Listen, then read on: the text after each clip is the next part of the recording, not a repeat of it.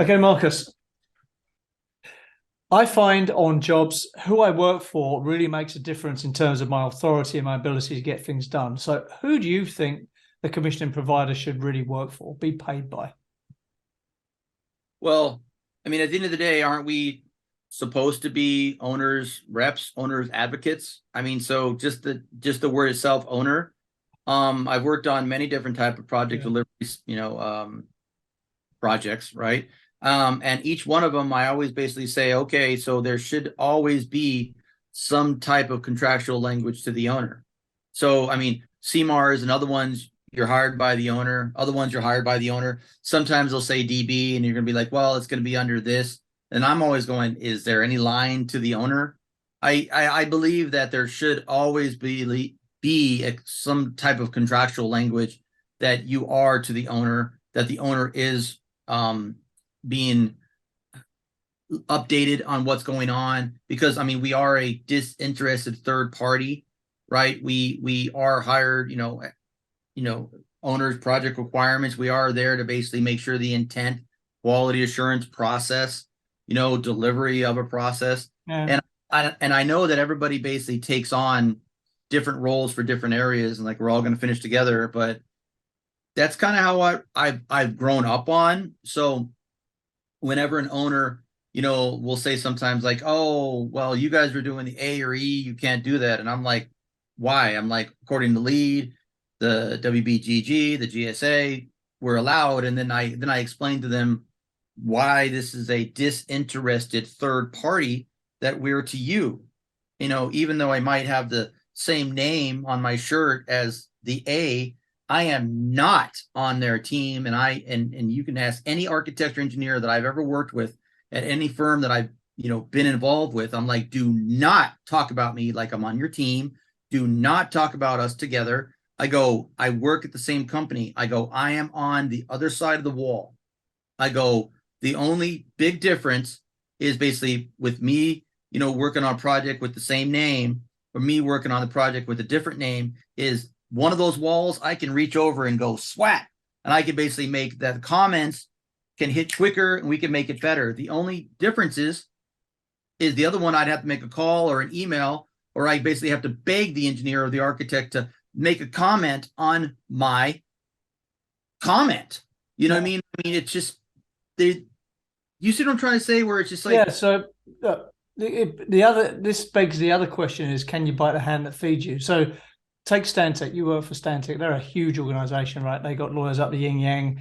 They got everyone in house. So what you're talking about is a concept of a Chinese wall. So if someone hires you to be the commissioning authority, there is a Chinese wall between you, but you do have the ability, and it's a bonus if you're selling from Stantec, that I can go in, speak to the architect, and get some action, right? But the question is this: like Stantec are big and bad. Let's say I'm a medium, small size firm, independent commissioning firm. I've employed by the GC or even the mechanical contractor. So I have a duty of care to the owner, according to LEED, yet the person that pays me, the hand that feeds me, I cannot bite it. So you get this conflict of interest, right?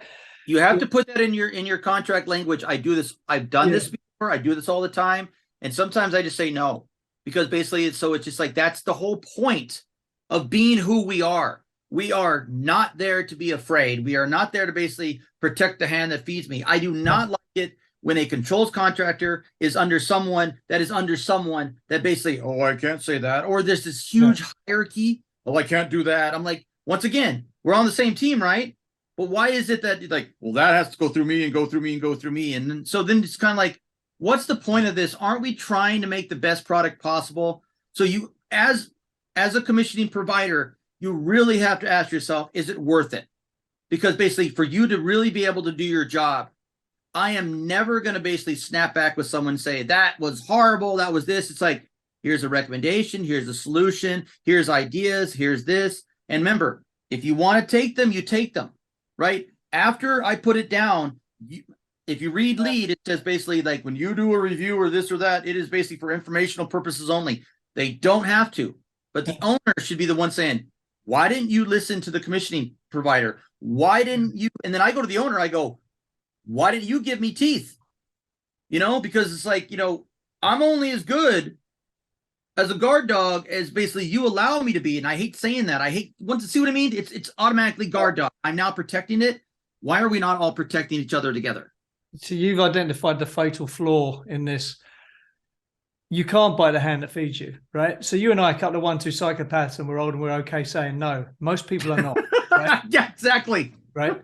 So I can tell you, 9 times out of 10, when the mechanical guy's contractor, if that's who you're working for, says, "Don't say that in a meeting," and he's sitting on your invoice, you're not saying shit in that meeting, right?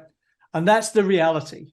So again, none of this reflects reality. We must be working, not should, we must be working directly for the owner, right? To ensure as a compliance for them. That is the philosophy of LEED, for example, the USGBC, right? But it's owners don't ask for it or insist on it because their instinct is, oh, I've put all this trouble and risk in one bucket. Here's a little caveat to this, right? Yeah.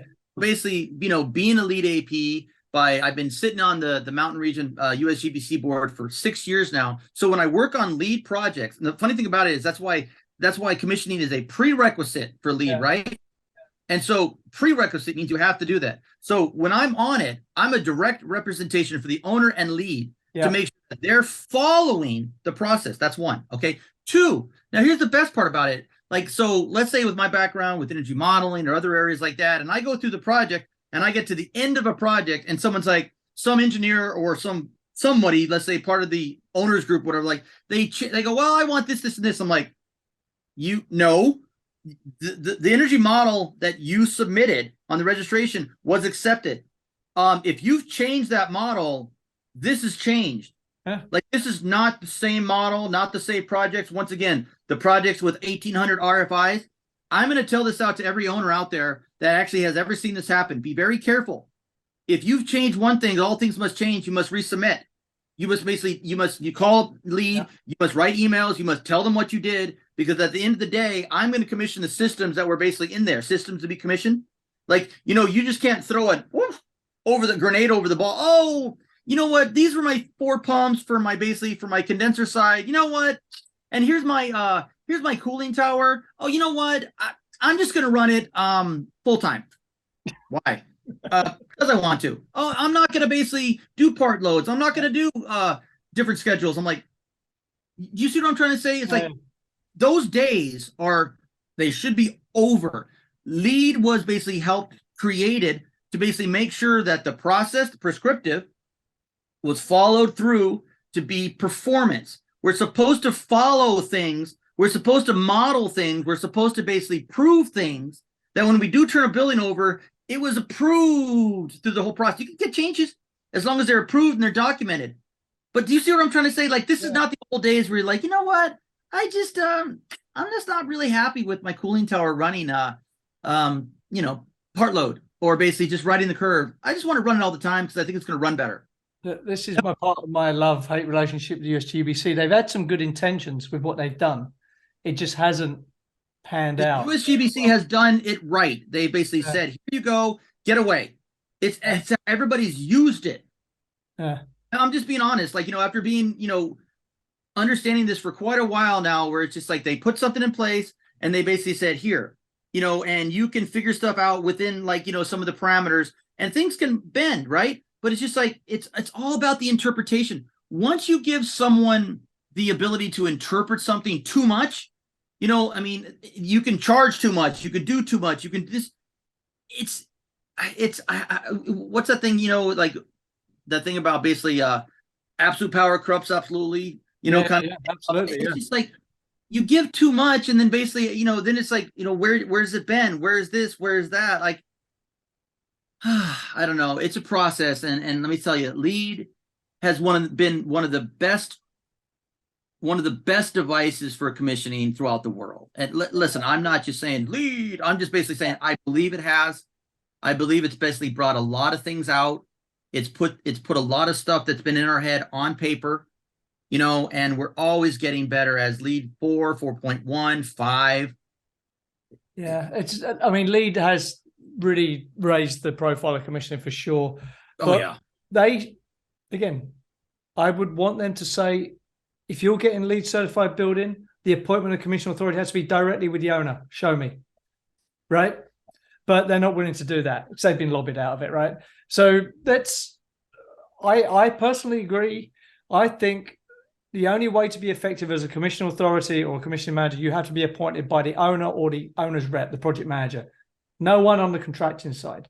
Until that happens, there's not real accountability. And that word right there, accountability. Yeah. But here's the worst part about it. Like, when you're on it and you're like, it's almost like, oh, you work for the owner. It's like, don't you? Don't we all? Like, that's always I say. Yeah. It doesn't matter what you and I think. Why is there should be no hiding anything. Listen, man, mistakes happen. Yeah.